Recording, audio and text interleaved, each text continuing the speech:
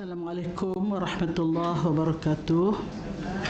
Bismillahirrahmanirrahim. Alhamdulillahirabbil alamin. Wassalatu wassalamu ala asyrafil anbiya'i wal mursalin wa ala alihi wa sahbihi ajma'in. Allahumma zidna 'ilman nafi'an warzuqna fahman la yazul. Allahumma iftah lana futuhal 'arifin wa faqihna fid din. Allahumma arina al-haqqa haqqan warzuqna ittiba'ah wa arina al-batila batilan warzuqna ijtinabah. اللهم إنا على ذكرك وشكرك وحسن عبادتك والجهاد في سبيلك بأموالنا وأنفسنا يا رب. اللهم اختم لنا بحسن الخاتمة ولا تختم علينا بسوء الخاتمة. اللهم ما قضيتنا من أمر فاجعل عاقبته رشدا. ربنا آتنا في الدنيا حسنة وفي الآخرة حسنة وقنا عذاب النار وقنا عذاب النار وقنا عذاب النار وادخلنا الجنة مع المقربين يا عزيز يا غفار يا رب العالمين. وصلى الله على سيدنا محمد وعلى آله وصحبه أجمعين.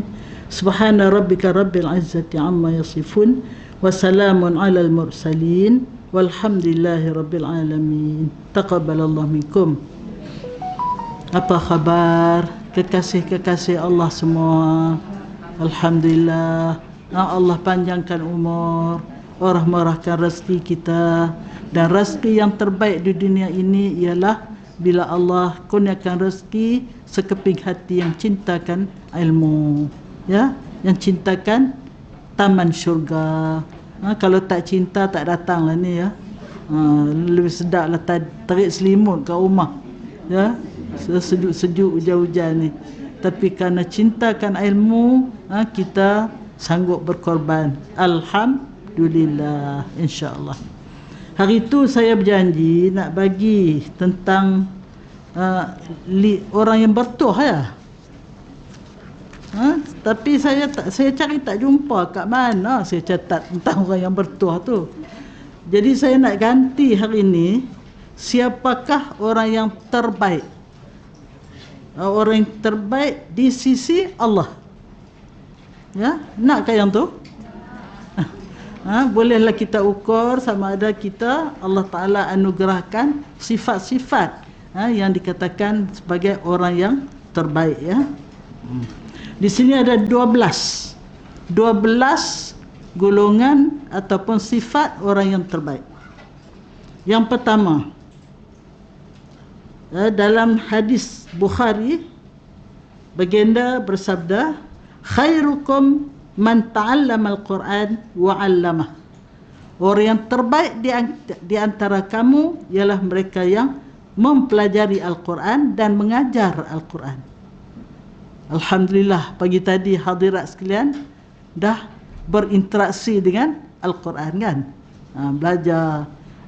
Tadabbur sekali kah? Tadabbur sekali. Tajwid saja. Tadabbur tak? Oh, hari lain, hari ni tajwid je. Tak apalah. Tajwid tu maknanya kita membetulkan bacaan. Tapi jangan tajwid sajalah, ya. Tajwid saja, kita kena fahamlah apa yang kita baca, tadabbur sekali. Jadi satu, ini daripada hadis Sahih Bukhari.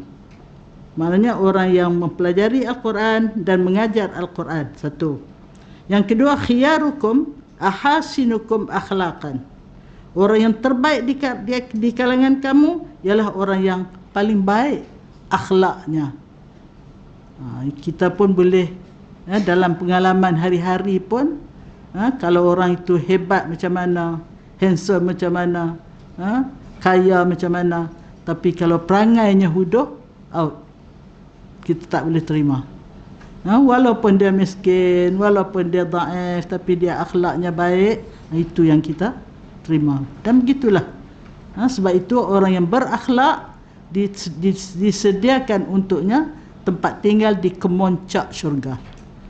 Jadi sebab itu selalulah jaga kita punya akhlak supaya jangan terlanjur. Kalau terlanjur sebagai manusia, cepat-cepat kita istighfar, cepat-cepat kita minta maaf, bermaaf-maafan, ya. Jangan kita selalu menuding kepada orang.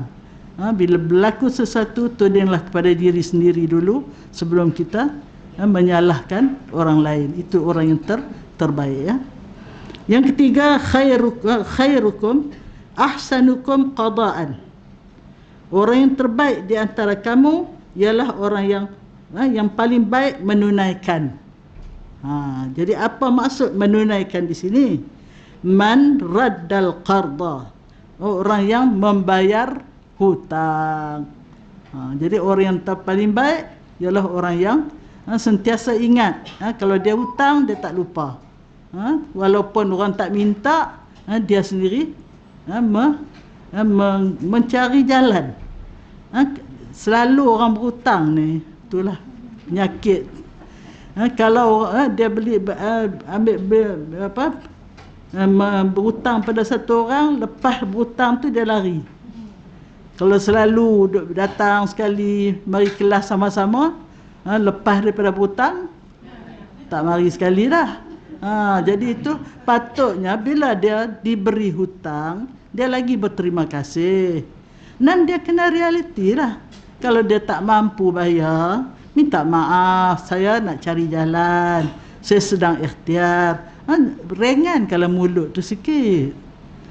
Jadi senang hati kan, orang yang bagi hutang tu senang hati. Kalau dia tak mampu bayar semua, minta maaf, saya boleh bayar sikit saja dulu. Baik tak baik dia lupuskan terus. Betul tak? Tapi kalau berhutang ni, dia cabut lari, dia kona kot lain. Orang tu kot kanan, dia kot kiri. Jadi tak baiklah macam tu ya. Jadi Rasulullah kata orang yang terbaik orang yang suka membayar hutang ya. Terbaik dari segi membayar hutang. Ini semua Sahih Bukhari ya, hadis-hadis ni semua. Yang keempat, khairukum man yurja khairuhu wa yu'man syarruhu. Orang yang terbaik di kalangan kamu ialah orang yang diharapkan kebaikan daripadanya dan aman kejahatannya. Aman dari kejahatannya. Maksudnya diharapkan kebaikan dia. Maksudnya kalau dia susah, orang tu akan bantu. Kalau dia sedih, orang tu akan menyantuni dia, memujuk dia. Dan aman dari kejahatan dia. InsyaAllah taklah menghadapi kezaliman dia, penipuan dia, pembohongan dia. Aman dari kejahatan dia. Itu orang yang terbaik. Sahih Bukhari juga.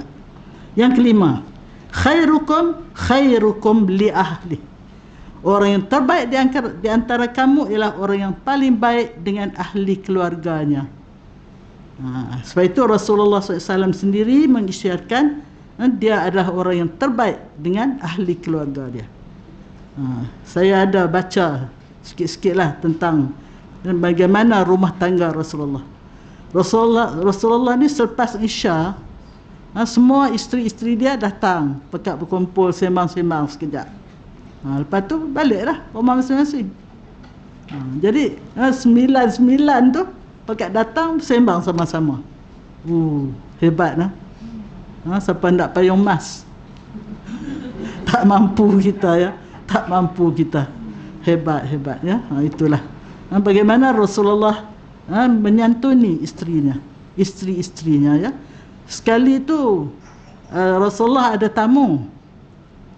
Jadi berlawan antara Siti Aisyah dengan Siti Hafsah, Sayyidatuna Hafsah. Pakat masak nak jamu tetamu bersama dengan Rasulullah lah. Tiba-tiba Hafsah yang masak dulu. Dia pun bawa hidangan pergi.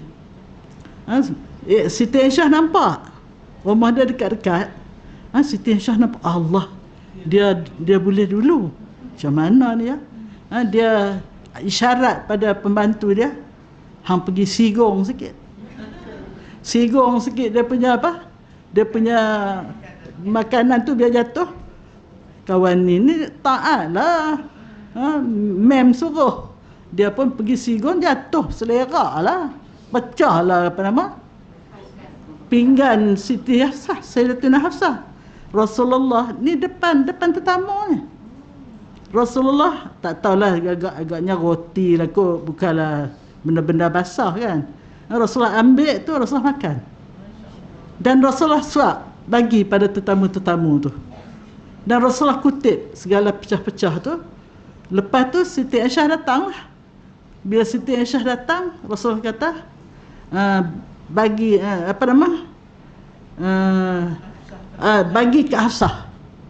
Segala hidangan yang Siti Aisyah buat tu, bagi ke Hafsah sekali dengan pinggan-pinggannya.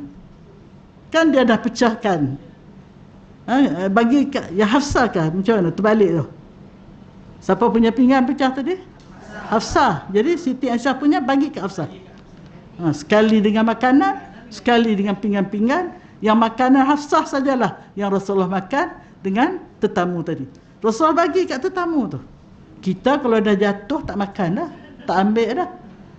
Selagi benda tu tidak kotor, ambil. Dan Rasulullah kata orang yang mengambil benda yang jatuh tu, dia akan masuk syurga. Sebab apa? Dia tawaduk.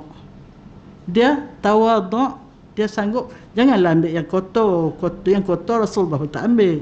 Kalau roti jatuh, keluar daripada pinggan atas meja, takkanlah meja kita kotor. Jadi kita jangan.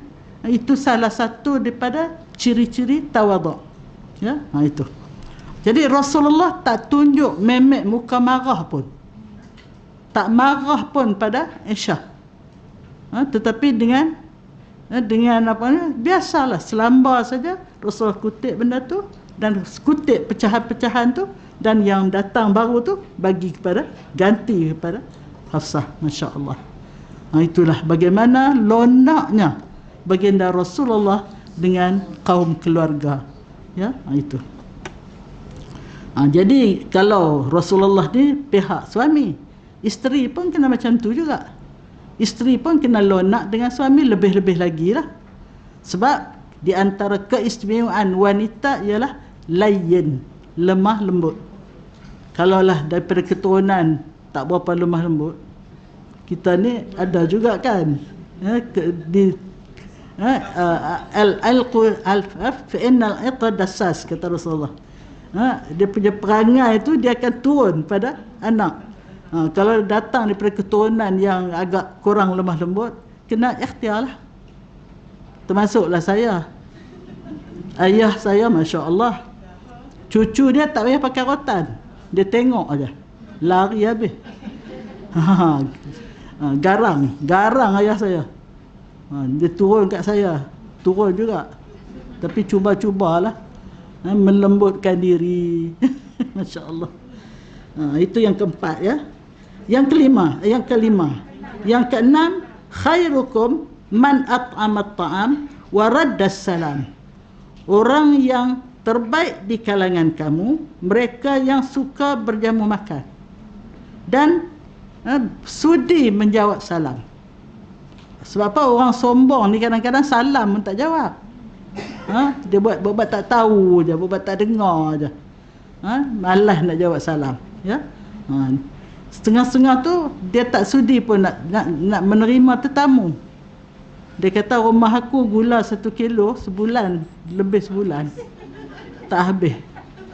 Pasal apa? Dia tak suka terima tetamu.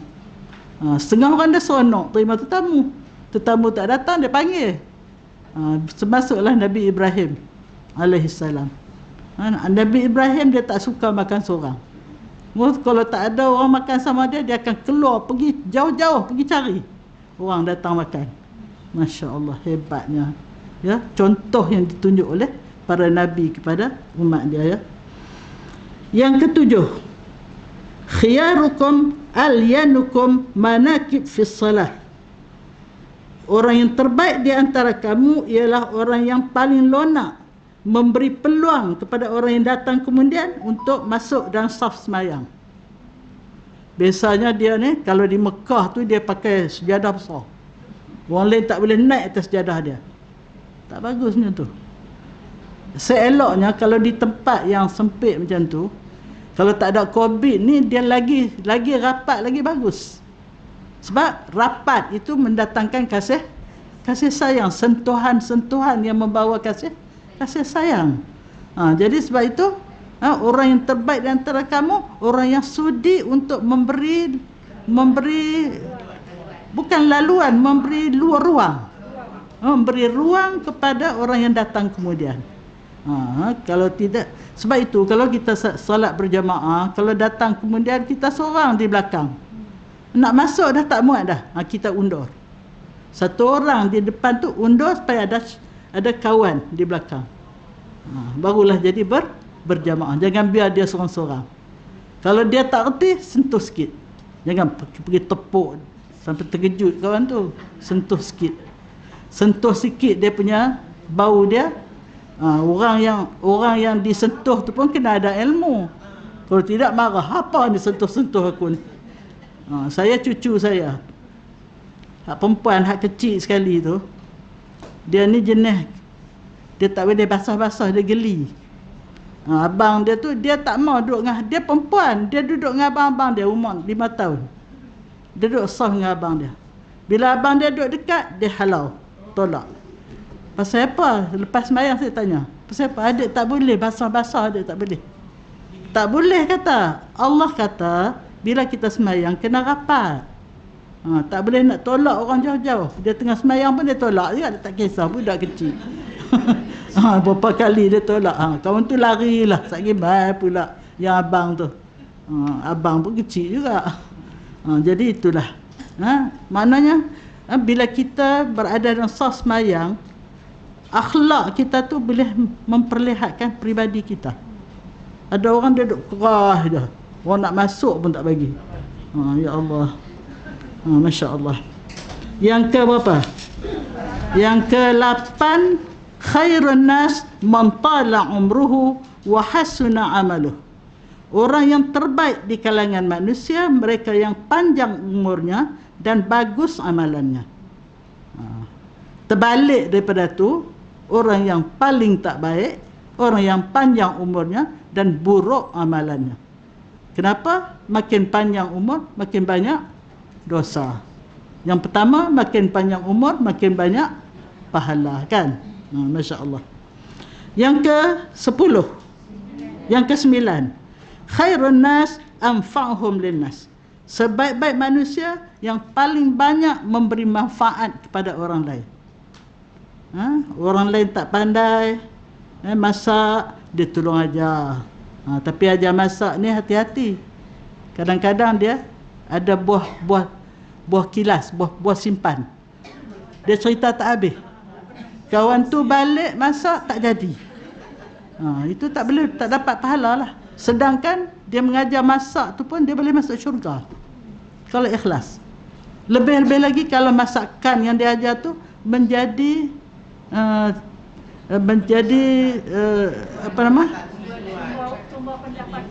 Menjadi sumber pendapatan kepada orang yang diajar tadi.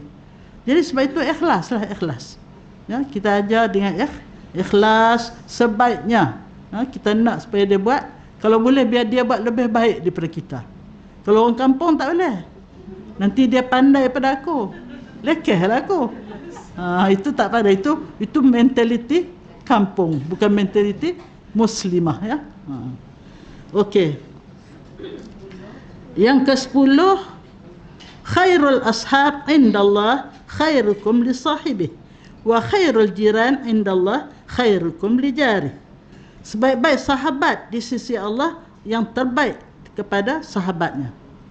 Sebab itu Imam Ghazali kata, kalau kamu ingin berubah, carilah seorang sahabat yang baik dan beri mandat kat dia.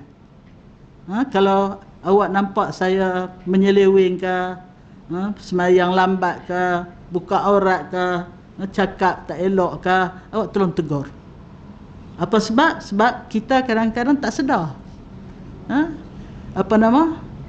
Tiang yang condong, dia tahukah dia condong? Tak tahu, orang nampak awak condong. Jadi sebab itu beri amanah kepada sahabat karib kita yang salihah dan minta dia tegur kita. Dan jiran yang terbaik, kata Rasulullah, ialah jiran yang baik dengan jiran dia. Ya, tak dekal satu ni, dua ni dekal satu. Sebab satu hadis ni. Ya, orang yang terbaik, sahabat yang orang yang terbaik terhadap sahabat di sisi Allah ialah yang terbaik kepada sahabat dia, dan yang terbaik kepada jiran ialah yang terbaik kepada jirannya. Sebab apa? Jiran ni ialah orang yang paling dekat dengan kita, yang paling tahu segala masalah kita. Kalau sakit demam mak kita di kampung, takkan kita nak pergi panggil mak bawa kita pergi hospital. Jiran lah. Sakit nak bersalin, jiran juga. Kenal. Jadi sebab itu berbuat baiklah dengan jiran. Sebab itu Rasulullah kata, kalau masak lebihkan sikit, bagi pada jiran. Tahadu tahabbu. Kamu menghadiah, kamu mendatangkan kasih sayang, ya. Okey. Saya ni baju hadiah lah ni. Ini tudung hadiah. Masya Allah. Hadiah birthday baru ni. Depa hebat, ajak saya pergi sambut birthday di hotel. Anak murid kelas di rumah. Saya buat kelas dua kali sebulan di rumah. Minggu kedua dan minggu keempat hari Ahad, 9.30 sampai 10.30. Birthday saya macam-macam lah mereka bagi baju lah, bagi tudung lah. Baru ni bawa pergi hotel. Aduh, bagi iPad tu yang saya duk guna iPad lah ni. Allahu Akbar. Yang ke-11, khairun nas dzul qalbil mahmum wal lisan as-sadiq. Sebaik-baik manusia mempunyai hati yang mahmum dan lisan yang benar, lidah yang benar, bercakap benar. Sahabat bertanya, saduqul lisan na'rifuh. Lisan yang benar, bercakap benar, kami boleh faham. Fama mahmumul qalb. Apa benda hati yang mahmum ni ya Rasulullah? Jawab baginda, at-taqi an-naqiyut taqi. Hati yang naqi dan hati yang taqi. Apa tu? An-naqi maksudnya suci, bersih. Mempunyai hati yang bersih dan bertakwa. Itu mahmum. Bahasa Arab dia panggil mahmum. Sebaik-baik manusia mempunyai hati yang mahmum, iaitu hati yang bersih, hati yang bertakwa, dan mempunyai lidah yang suka bercakap benar, sentiasa bercakap benar. Yang ke berapa dah? 12. Ini cerita Zaid Al-Khair. Satu hari Zaid Al-Khair datang jumpa Rasulullah sallallahu alaihi wasallam. Lalu bertanya, "Ya Rasulullah, siapa orang yang terbaik?" Rasul tak jawab. Rasul tanya balik, "Kaifa asbahta ya Zaid?" Kamu bangun pagi macam mana? Bagaimana keadaan bila kamu bangun pagi? Jawab Zaid, "Uhibbul khair wa ahlah. Wa in qadirtu badartu ilaih, wa in fatani azamtu alaih wa hanantu ilaih." Saya bila bangun pagi, saya sangat cinta untuk melakukan kebaikan. Bercadang hari ni nak buat apa ya? Nak sedekah kah? Nak lebihkan sunat duha kah? Nak pergi kelas kah? Nak ziarah orang sakit kah? Jadi maknanya dia bangun pagi, dia sentiasa merancang untuk melakukan kebaikan. Dan kalau dia mampu, kalau saya mampu, kata Zaid, saya akan terus buat apa yang saya rancang tadi. Hajat nak datang kelas, pakai baju, start kereta, datang kelas. Hajat nak pergi ziarah orang sakit, pergi.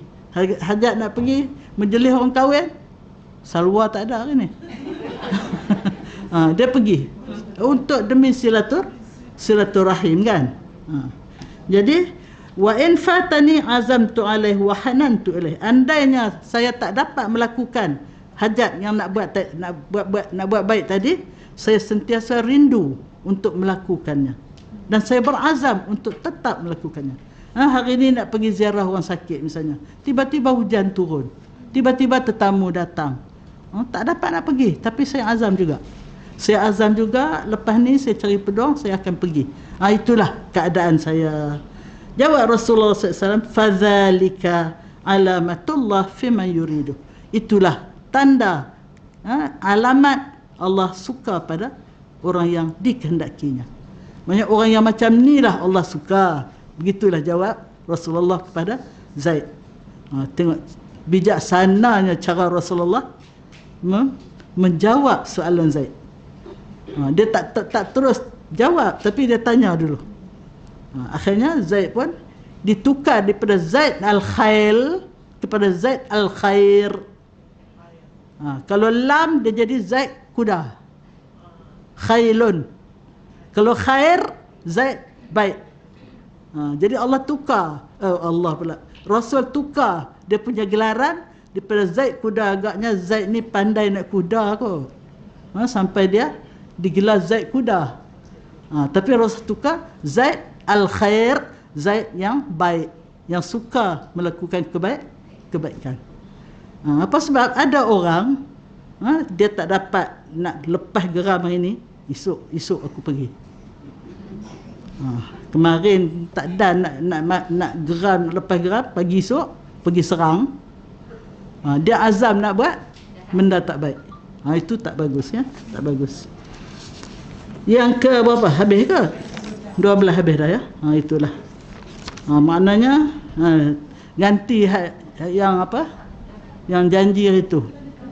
Janji itu nak bagi 5 sifat orang yang bertuah. Cari tak jumpa. Tak mana saya tak tahulah. Ilmu dalam buku tak ada dalam dada. Nak buat macam mana? Al-ilmu fis sutur la fis sudur. Ilmu di dalam baris-baris buku, tidak di dalam hati. Tapi tu apa nama dia punya wording dia tu cantik. Al-ilmu fis sutur la fis sudur. Itulah kelemahan kita ya, manusia. Masya Allah. Okey, kita kembali kepada kitab kita di muka surat 69 ke 59. 69, iaitu syurga untuk mereka yang menutup aib saudaranya. Lihat bagaimana Islam ni cantik. Sebab Allah tahu, Allah buat kita, ada sajalah aib kita. Tapi kalau orang tahu aib kita, diheboh-hebohkan, macam mana rasa kita? Malu kan? Malu ya. Tidak ada orang yang tak ada aib.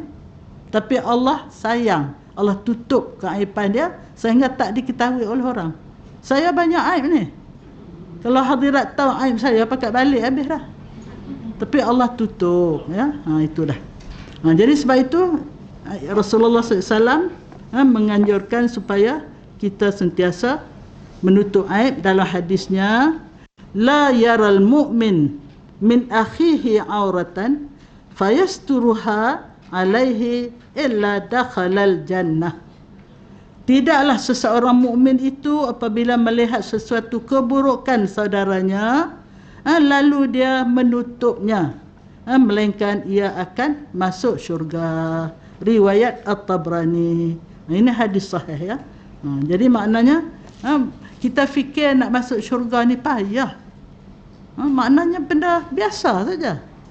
Kita jangan suka membuka keaiban orang, jangan suka menyakitkan orang, rajin menyantuni orang. Jadi maknanya nak masuk syurga tu tak payah, tapi payah. Tak payah tapi payah. Masya Allah. Setiap manusia tidak sunyi daripada melakukan kesalahan dan kesilapan, kecuali mereka yang maksum, terpelihara ya, Nabi dan Rasul. Dalam hadis ini baginda SAW membimbing kita apabila menghadapi situasi sedemikian agar tidak membuka keburukan saudaranya, supaya maruahnya terus terjaga. Kalau kita nak maruah kita terjaga, maka kita pun kena jaga maruah orang. Kama tadentu, dan bagaimana kamu buat, kamu akan dibuat. Sebab itu saya selalu, kalau kamu menyantuni ibu bapa kamu, nanti anak-anak kamu akan menyantuni kamu. Kalau kamu menyakiti ibu bapa kamu, esok anak-anak kamu akan menyakiti kamu. Tapi masa dia muda, dia tak kisah. Ada. Bila kita telefon bapa awak sakit, dia buat tak tahu je. Awak tak payah sibuk dengan keluarga saya. Kita ni kesian kat bapa dia, telefon kat dia. Dia duduk di Johor, bapak dia duduk sini. Akhirnya bapak dia duduk malah minta tolong saya. Saya ni pun bukannya kuat sangat, saya kata nak tolong awak. Itulah, begitulah. Telefon ke anak dia, jangan ambil tahu kisah ibu keluarga saya. Dia pun tak ambil tahu. Kita nak ambil tahu pun dia marah. Manusia ni macam-macam ya. Kita juga dilarang bersubhat, bersekongkol dalam melakukan kejahatan. Bukan maknanya bila kita tidak buka keburukan orang tu, kita bersekongkol dengan keburukan dia, tak. Tetapi hendaklah kita menjaga kehormatan diri saudara agar tidak dihebohkan sehingga menjejaskan reputasi dan integritinya. Dalam masa yang sama, Islam menggalakkan agar kita menegur perbuatan jahat saudara kita dengan penuh sopan, beradab, berhikmah, bijaksana ya. Inilah yang dikatakan tugas amar ma'ruf dan nahi mungkar. Setengah orang dia tak reti Arab, dia kata amal ma'ruf. Amal tu amal ma'ruf, amal tu amalan. Ini amar. Amar maksudnya suruh. Suruh kepada kebaikan dan cegah daripada kemungkaran. Jadi maknanya apabila kita tahu keburukan dia, kita selotok dengan dia. Ya, selotok dengan dia, jangan kita hebohkan, jangan kita di tengah orang kita tegur dia, menjatuhkan air muka dia. Ya, itu. Dalam suatu hadis baginda Rasulullah SAW bersabda, al-muslim akhul muslim, la yazlimu wa la yuslimu, wa man kana fi hajati akhihi kana Allah fi hajatihi, wa man farraja an mu'min kurbatan farrajallahu anhu kurbatan min kurabi yaumil qiyamah, wa man satara musliman satarahullahu yaumal qiyamah. Ini panjang sikit ya. Seorang muslim adalah saudara kepada muslim yang lain. Jadi maknanya kita kena anggap bila dia Islam, dia saudara kita, walaupun dia bangsa lain. Dia lain bangsa pada kita. Dia Cina, dia India, dia Kadazan, dia Iban, dia apa, tapi bila dia masuk Islam, dia jadi saudara kita. Bila saudara kita, kita kena santuni dia. Biasanya orang yang masuk Islam ni, dia dibuang oleh keluarga. Jadi bila dibuang oleh keluarga, dia salah sepinggang. Yang lebih malang lagi, bila dia kahwin dengan orang Islam, lepas tu diabaikan.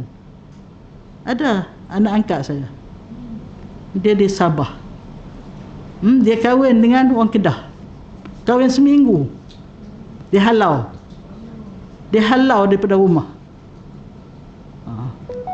Nasib baiknya bapa mertua dia tu, bapa si lelaki tu baik. Jadi maknanya dia santunilah menantu dia yang baru masuk Islam. Jadi kebetulan kahwin seminggu tu dah mengandung. Jadi dia keluar rumah tu dalam keadaan mengandung. Sekarang tu anak dia tu dah masuk universiti. Bapa tu duk cari, duk buat baik pula. Duk buat baik semua. Dah masuk universiti lah. Anak ni geram lah.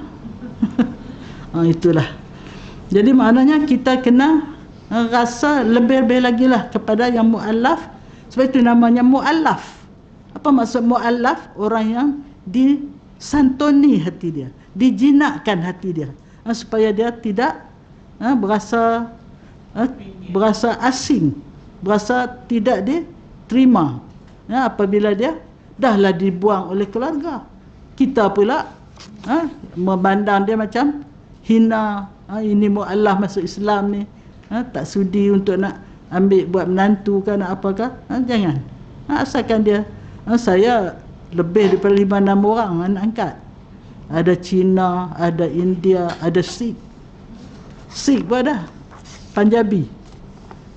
Alhamdulillah. Tapi semuanya ada dah jadi datin dah lah ni, anak angkat saya. Masya Allah. Daripada tak kenal Alik Bata tu, dia dah beberapa sijil lah dia dapat. Sijil syariah, sijil usuluddin, sijil ni apa nama Quran ni, apa nama tajwid. Sampai dia ni, dia tahu kalau dia bermakmum, kalau tok imam macam tak betul tajwid, dia rasa macam nak berhenti sembahyang, nak pergi tarik tok imam tu. Dia ni mualaf, nak pergi tarik tok imam tu, dia nak jadi imam. Melampau awak ni kata. Orang Kelantan. Sekarang ni dah jadi datin dah. Anak dia cerdik semua. 2-3 orang jadi doktor. Dapat menantu pula doktor, engineer. Kahwin campur kan. Orang kahwin campur ni biasanya anak cerdik-cerdik ya. Masya Allah. Jadi maknanya kita kena lapangkan dada kita, menganggap orang Islam tu adalah saudara kita, dan tidak boleh menzalimi dan membiarkan dizalimi. Kita tak boleh zalimi dia dan tak boleh biar orang menzalimi dia. Unsur akhaka zaliman atau mazluman, kata Rasulullah. Bantulah saudara engkau sama ada dia melakukan kezaliman ataupun dia dizalimi. Pelik tu. Kalau dia dizalimi, boleh kita bantu. Kalau dia menzalimi, kena bantu. Bagaimana membantu orang yang menzalimi? Nasihat dia supaya jangan meneruskan kezaliman itu. Itu membantu orang yang menzalimi. Membantu orang yang dizalimi, kita cari jalan untuk menyelamatkan dia daripada dia terus dizalimi. Itu. Islam ni sangat-sangat cantik, sangat-sangat lengkap. Sangat-sangat lengkap. Sesiapa yang membantu menyempurnakan hajat saudaranya, maka Allah akan menyempurnakan hajatnya. Jadi sekarang ini saudara kita di Afghanistan, saudara kita di Pakistan, saudara kita di Arakan, saudara kita di Palestin, saudara kita terlalu ramai lah. Jadi sebab itu saya ni sampai naik malu. Datang saja dah saya pegang persatuan, macam-macam dia orang minta. Yang datang daripada Palestin, yang datang daripada Arakan, yang datang daripada Pakistan, minta saya cari derma. Saya ni nak bawa uncang, malu dah. Bawa aja ya, malu nak bawa. Saya malu. Jadi yang terbaru ni di Filipina, kita tahu orang Filipina ni bila dia dijajah oleh siapa jajah Filipina? Spanyol kan? Dia paksa orang Islam tu keluar daripada Islam masuk Kristian. Sampai majoriti orang Islam tu dah Kristian. Tapi bila Dr. Razak, Datuk Dr. Razak, dia ni biasa menjadi pengarah Hospital Kuala Lumpur. Datuk Dr. Razak ni. Bila dia pencen, dia pergi Filipina, dia berdakwah di Filipina. Sekali mengucap beratus-ratus orang. Tak boleh nak mengucap seorang-seorang tak. Duduk ramai-ramai angkat tangan. Asyhadu an la ilaha illallah. Nak ajak dia orang masuk Islam tu senang je. Bagi beras 2 kilo, bagi duit berapa ringgit kah? 10 ringgit ke 20 ringgit je. Jadi ramailah dia orang masuk Islam, beribu-ribu, 200,000 dah masuk Islam di bawah Dr. Razak ni. Jadi bila dia bercakap dengan saya kenal dia lama dah. Dia kata dia orang ni sekarang ni masalah tempat nak beribadat. Tak ada tempat. Akhirnya saya pun buat poster cari duit, dapat 140,000. Tak tahu sampai sini dah poster tu, tak sampai kot. Dapat 140,000. Lepas tu bagi 40,000 dulu. Bagi 40,000 dulu macam mana? Bila kita dapat 140,000, berlaku apa? Tofan di di Filipina, banyak merosakkan dia punya surau-surau dia. Jadi akhirnya kita cari duit tu nak baiki surau tu lah. Nak baiki surau. Lepas tu Dr. Razak kata, Kalau kita baiki surau tu, datang tofan tu datang tak tahu. Surau tu akan rosak. Jadi dia cari satu tempat yang strategi yang jauh, dalam 5 ekar kah. Harga 40,000 je. 5 ekar tu. Jadi kita beli 5 ekar tu, akan buat tapak masjid dan akan jadikan kebun yang baki tu. Untuk mu'alaf. Dia minta 40,000 dulu untuk nak beli tanah. Kita bagilah 40,000.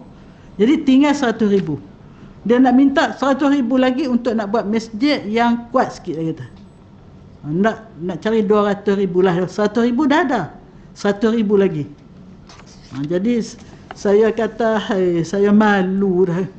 Malu dah nak minta. Bertalu-talu. Baru ni minta untuk yang banjir teruk di Pakistan tu. Sebelum tu minta untuk anak angkat di Afghanistan yang 1 juta tu. Jadi malu dah muka ni. Minta. Saya ikut sukalah korang. Ceritakan, buat poster, ceritakan suasana, terpulanglah. Siapa nak bagi. Begitulah keadaannya. Jadi maknanya, dalam Islam digalakkan kita menyantuni orang yang berhajat. Sesiapa yang melepaskan sesuatu kesukaran daripada seseorang mukmin, maka Allah akan melepaskan kesukarannya pada hari kiamat. Maka kita melepaskan kesusahan orang di dunia. Di dunia tak apa sikit. Orang ni tak tolong, boleh orang ni tolong. Tapi kalau di hari kiamat, tak ada siapa yang nak tolong kita. Ialah amalan kita lah. Bila kita tolong orang di dunia, insya-Allah Allah Ta'ala akan melepaskan kesukaran kita pada hari kiamat. Sesiapa yang menutup aib saudaranya, maka Allah akan menutup aibnya pada hari kiamat. Kalau aib kita dibuka di dunia, orang tempatan saja tahu. Orang sekitar saja tahu. Kalau buka aib kita di padang mahsyar, seluruh dunia, seluruh daripada zat Nabi Adam sampai manusia terakhir tahu aib kita. Jadi andainya kita nak sembunyi aib kita, malu diketahui, maka kita janganlah membongkar aib orang. Cuma saya kena jelaskan di sini, ada suatu keadaan yang dibolehkan. Andainya seseorang tu nak ambil seseorang itu buat menantu lah katakan, ataupun nak buat partner perniagaan kah dan sebagainya.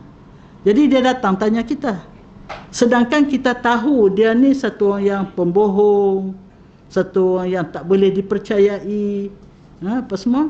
Boleh tak kita cerita? Boleh.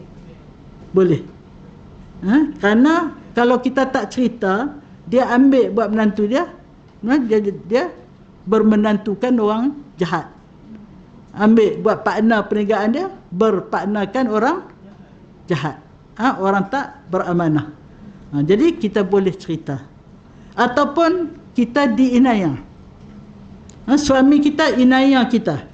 Boleh kita pergi mengadu kepada pihak yang berwajib, untuk kita mendapat keadilan. Boleh. Boleh. Begitulah sebaliknya. Ada juga isteri menginayai suami. Queen control. Dan sebagainya. Pendek kata, Islam ini memberi layanan, tak kira lelaki, perempuan, siapa yang mempunyai hak untuk dia mendapat pembelaan, dia boleh cerita. Kezaliman yang dilakukan terhadap dia itu, sama ada oleh suami dia ke oleh sesiapa pun, dia boleh cerita pada, tapi jangan cerita kedai kopi lah. Cerita pada pihak yang berkenaan, yang berwajib. Okey. Jadi hadis di atas menjelaskan bahawa Allah SWT bukan sahaja menjamin akan menutup keburukan bagi sesiapa yang menjaga aib saudara Islamnya ketika ia di padang mahsyar kelak, bahkan Allah menjanjikan syurga untuk mereka. Tengok. Bukan sekadar Allah nak tutup aib dia bila dia tutup aib saudara dia di dunia, tetapi Allah akan, bukan dia, Allah tutup aib dia di padang mahsyar dan Allah janji syurga. Hai, susah kita ni. Membawang ni cukup seronok, sedap saja. Kawan ni buka mulut, kawan ditambah, kawan ditambah. Sedap, berjam-jam tak perasan pun. Rupanya, ya, tak nampak, itulah. Kalau nampak takutlah, tak nampak. Lazat pula tu. Ada yang kipas pula. Yang tukang kipas ada. Cik Tan tu kipas. Nak dengar cerita Cik Tan? Suka dengar cerita? Satu hari, ini cerita Israeliat. Allah kata, kamu cerita tentang Israel ni tak apa, untuk jadikan contoh, untuk jadikan sempadan. Dia ni alim, wara'. Dia berpuasa selama 70 tahun. Dia berbuka setiap 6 hari. Kita buka 12 jam, puasa 12 jam buka. Dia 6 hari baru buka. Lepas tu puasa lagi 6 hari baru buka selama 70 tahun. Akhirnya dia minta pada Allah. Dia rasa dia martabat tinggi lah. Yalah, hebat kan. Dia kata, ya Allah, ya Tuhanku, tunjukkan padaku nak melihat syaitan. Allah tak kabul. Minta banyak kali, Allah tak kabul. Dia pun fikir, silap agaknya, dia minta ni silap. Akhirnya, ya Allah, ya Tuhanku, tunjukkanlah aib diriku. Dia nak tengok aib syaitan, keburukan syaitan. Akhirnya Allah tak makbul kat dia. Dia kata, dia ubah doa dia, ya Allah, tunjukkanlah keburukan diriku, aib diriku. Lepas tak berapa lama, Allah pun kabulkan permintaan dia yang pertama. Allah tunjuk kat dia syaitan. Dia tengok syaitan. Syaitan tu mengerumuni manusia seperti lalat mengerumuni apa? Kalau makanan tu sekok dua je. Bangkai. Seperti lalat mengerumuni bangkai, mengerumuni najis. Dia mengiling kepala. Ya Allah, ya Tuhanku, kata dia, siapakah yang boleh terlepas daripada godaan syaitan yang begitu punya dahsyat? Syaitan ni dia 9 kali ganda ramai daripada kita. Kita berapa orang ni? Syaitan 9 kali ganda daripada kita. Akhirnya dijawab, Rasulullah jawab, dalam cerita tu lah jawab. Dia kata, orang yang selamat dari godaan syaitan ni yang ada 2 sifat. Al-wara'ul layyin. Orang yang wara', orang yang lemah lembut. Orang yang wara', maknanya wara' ni dia tak buat benda yang salah lah. Dia tak buat benda yang, hatta benda yang harus pun dia tak gelojoh. Itu wara'. Ya? Orang yang wara', orang yang lemah lembut, ini tak mampu digoda oleh syaitan. Jadi itulah. Jadi the moral of story, speaking sikit. Pertama, kita jangan cari keaiban orang. Yang kedua, jagalah diri daripada diganggu syaitan. Wara' tu termasuklah dia ikhlas, dia dia beriman, bertakwa. Wara' ni lebih daripada orang yang soleh lagi. Soleh ni orang awam yang baik. Kalau wara' lagi tinggi dia punya martabat dia, ya. Kemudian dia berlemah lembut. Wara' orang yang lemah lembut. Itulah. Jadi malangnya wujud segelintir manusia pada masa kini yang tabiatnya suka menghebah-hebahkan aib orang lain. Payah nak cakap. Lebih-lebih lagi kalau dalam suasana pilihan raya lah. Allahu Akbar. Pejatuh orang ni, Masya Allah. Trend terkini media sosial telah disalahgunakan dengan menularkan keburukan seseorang melalui telefon pintar, komputer riba, dan sebagainya, hingga orang yang diaibkan itu menjadi mangsa fitnah dan seterusnya menimbulkan kekecohan dalam masyarakat. Oleh sebab itu Allah Subhanahu wa taala memberi amaran yang sangat keras kepada orang yang seperti ini, sebagaimana firman Allah. Ini ayat Quran. Allah sendiri memberi amaran. A'udzubillahi minasyaitonirrajim. Innal ladzina yuhibbuna an tashi'al fahishata fil ladzina amanu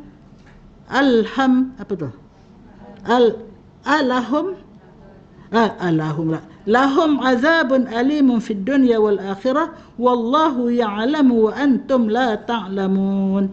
Sesungguhnya orang-orang yang suka menghebahkan tuduhan-tuduhan yang buruk dalam kalangan orang-orang yang beriman, mereka akan beroleh azab seksa yang tidak terperi sakitnya di dunia dan di akhirat. Dan ingatlah, Allah mengetahui segala perkara sedangkan kamu tidak mengetahui yang demikian.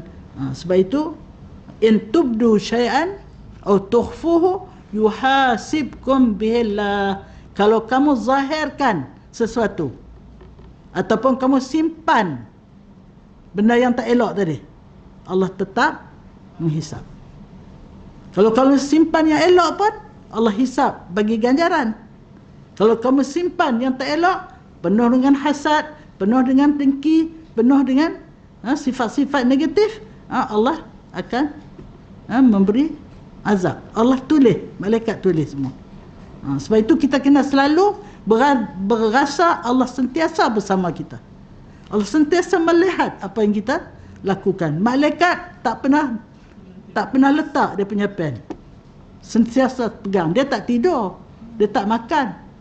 Dia sentiasa kul ma yalfizu min qawlin illa ladaihi raqibun atid. Tidak melafaz sesuatu lafaz oleh seseorang itu kecuali di kiri dan kanannya ada raqib, ada atid. Kalau dia lafaz perkara yang baik, ni saya ni duduk cakap ni, setiap kalimah saya ditulis oleh raqib. Andainya saya maki hamun, ditulis oleh atid. Kalau setiap kalimah pun tak lepas, apatah lagi lah perbuatan yang lebih dahsyat lagi. Jadi sebab itu berhati-hatilah, bermuhasabahlah, bermuraqabahlah, dan berdoalah supaya hati kita ini menjadi arash ar-Rahman, yang dari arash inilah akan keluar ke mulut, akan keluar ke otak, akan keluar ke tangan, akan keluar ke kaki, akan keluar ke segala anggota, bermula dari arash ini, singgah sana ini, iaitu hati.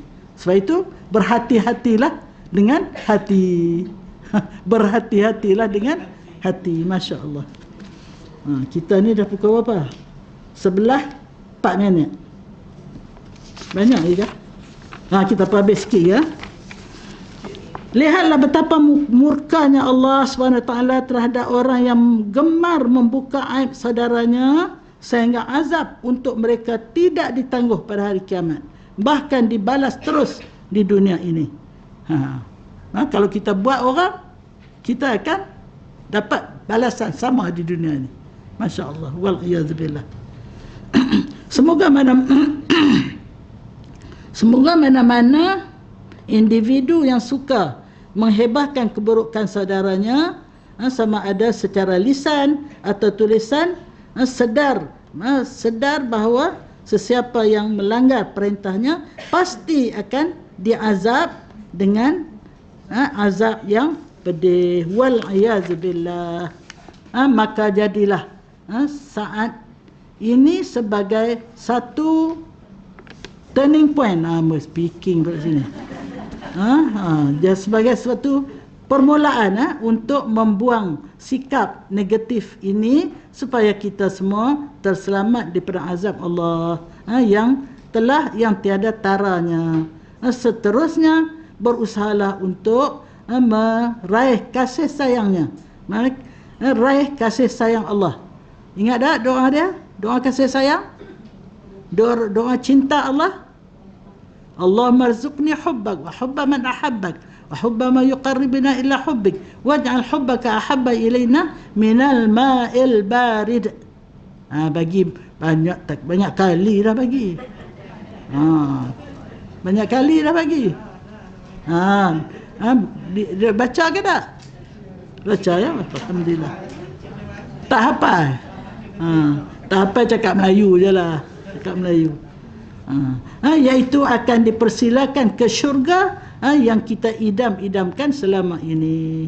Jadi maknanya kita bercakap pasal masuk syurga ni, salah satu daripada sifat untuk melayakkan kita masuk syurga ialah kita jangan membuka aib orang. Mudah-mudahan Allah tak gerakkan hati orang untuk membukakan aib kita, insya-Allah. Dan kita pun selalulah beristighfar, jangan sombong. Jangan kata saya tak ada dosa. Kita kena mengaku kita banyak salah, banyak dosa, banyak salah, banyak silap. Sebab itu dalam kita punya program baru ni pun punya menjerit-jerit. Ustazah tu suruh kita insaf, banyak dosa, banyak dosa. Itulah. Jadi kita selalulah mengaku kita banyak dosa, mengaku pada Allah, kita minta Allah ampun dosa kita. Sekianlah saja. Subhanakallahumma wa bihamdika asyhadu an la ilaha illa anta astaghfiruka wa atubu ilaik.